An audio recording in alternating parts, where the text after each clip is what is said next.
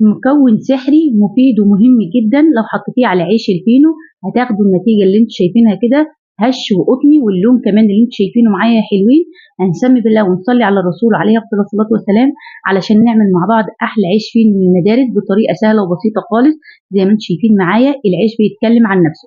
اول حاجه انا هستخدم معاكم نص كيلو من الدقيق، هنزل عليه بمعلقتين من السكر، اللهم صل وسلم على سيدنا محمد، ربع معلقه ملح صغيره، معلقه صغيره من البيكنج باودر، نص كيس خميره ما يعادل معلقه خميره صغيره.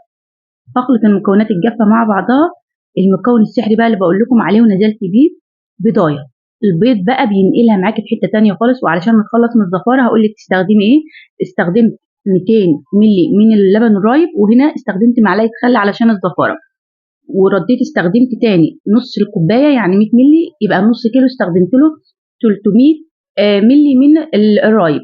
وبعد ما خدمت العجينه 50 جرام من الزبده بدرجه حراره الغرفه، او لو احنا في الشتاء وكده تقدري تسيحيها. خدمت العجينه مهم جدا لمده 10 دقائق، عجينه طريه بس مش بتلزق علشان نبقوا متفقين، ومش يابسه زياده عن اللزوم.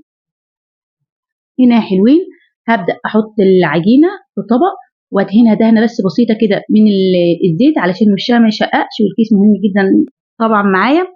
في الصيف هتاخد معاكي تلت ساعه بالظبط حرفيا، في الشتاء ممكن تاخد معاكي من نص ساعه وطالع.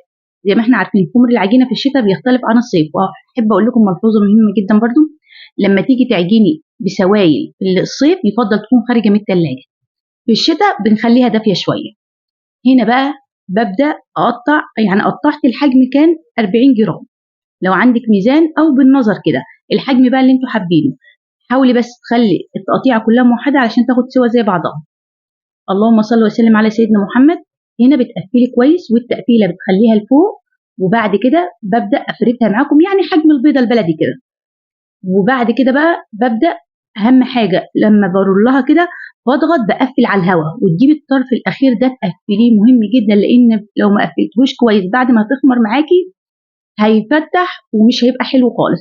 وهنا شايفين الحرف بيبقى حرف مدبب كده زي العيش اللي بنجيبه الفينو بالظبط. انا برولها بس مش بضغط بايديا جامد، لو لاحظتم حاجه بسيطه خالص كده. بتخلي التقفيله لتحت بقى، لما بتحط الرغيف في الصينيه بتخلي التقفيله بتاعتك لتحت.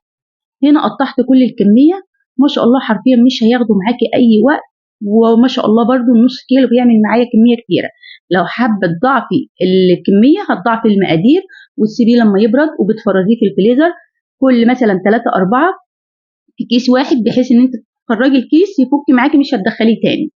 فاهمين قصدي يا حلوين؟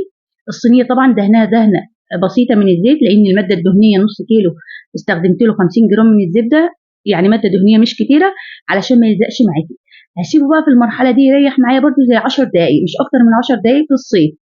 في الشتاء ممكن تسيبيه يريح معاكي تلت ساعه ما فيش مشاكل، لكن في الصيف لو ريح زياده عن اللزوم بيبدا يشقق معاكي رغيف، وبتسيبي فواصل ما بين كل رغيف والتاني علشان لما هيريح معاكي ما يلزقش في بعضه، لان كمان لما هيدخل الفرن هيتضاعف برده حجمه كمان.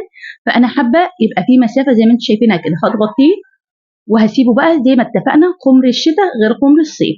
الصيف العجين مش بياخد وقت معايا كتير في الخمر، في الشتاء براحتك مفيش مشاكل. هنا بقى حسيت ان العجينه كده اتضاعفت معايا، ولسه كمان الاول ما هتشم النار هتتضاعف كمان. هحط بقى عليها شويه ميه بمعلقه سكر ومعلقتين من الزيت. الزيت هيديك اللمعه، والسكر والميه في بخاخ كده او بفرشه، بس لو هتتيني بفرشه حاولي تخلي ايديكي خفيفه علشان ما تخرجيش الهواء اللي داخل الرغيف. فرن سخن درجه حراره 200 الرف الاوسط، وادعي لي بقى هياخد معاكي بالظبط تلت ساعه في الفرن. اول ما يخرج معاكي بيبقى ناشف كده، بخاخ ميه عادي خالص او من اللي كان فيه برده سكر وزيت علشان يديله اللمعه، وغطيه بفوطه مطبخ. وبعد 10 دقايق او اقل كمان اتفرجي بقى على احلى عيش وقدميه بالف هنا على قلوب الحلوين. لو وصلتم لغايه هنا وعجبكم بقى الفيديو لايك وشير يا حلوين علشان يوصلكم مني كل جديد ان شاء الله. وهنعمل مع بعض احلى مخبوزات كده للمدارس سهله وبسيطه وعلى قد الايد. اي نعم انا استخدمت هنا رايب واستخدمت بيض، يعني معنى ذلك رغيف الفينو يعني فيه قيمه غذائيه عاليه جدا. وعجنته معاكم قبل كده بالميه ومن غير بيض برده كان حلو، بس برده بامانه وبمصداقيه اكيد اللي بالرايب بيبقى احلى بكتير وبيبقى هش وقطني، واكيد البيض فيه قيمه غذائيه كمان، ومعلقه الخل مش بتخلي ريحه اي زفاره. وهنا الحركه دي بقول لكم علشان تتاكدي ان المعجنات بتاعتك مستويه تماما. لما تضغطي عليها كده وترفع مره تانية هي كده مستويه.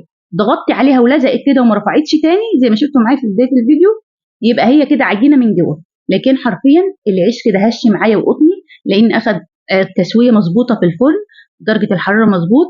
ولما خرجت بخة الميه دي بتساعدك ان هو يبقى طري معاكي. وقدمي بقى احلى سندوتشات زي ما انت حابه بقى. تقدري تحطي لاولادك اي حاجه، جبن، مربى، بيض، برضو لانشون، اي حاجه بألف هنا على قلوب الحلوين، وعن سعيد علينا جميعا يا رب.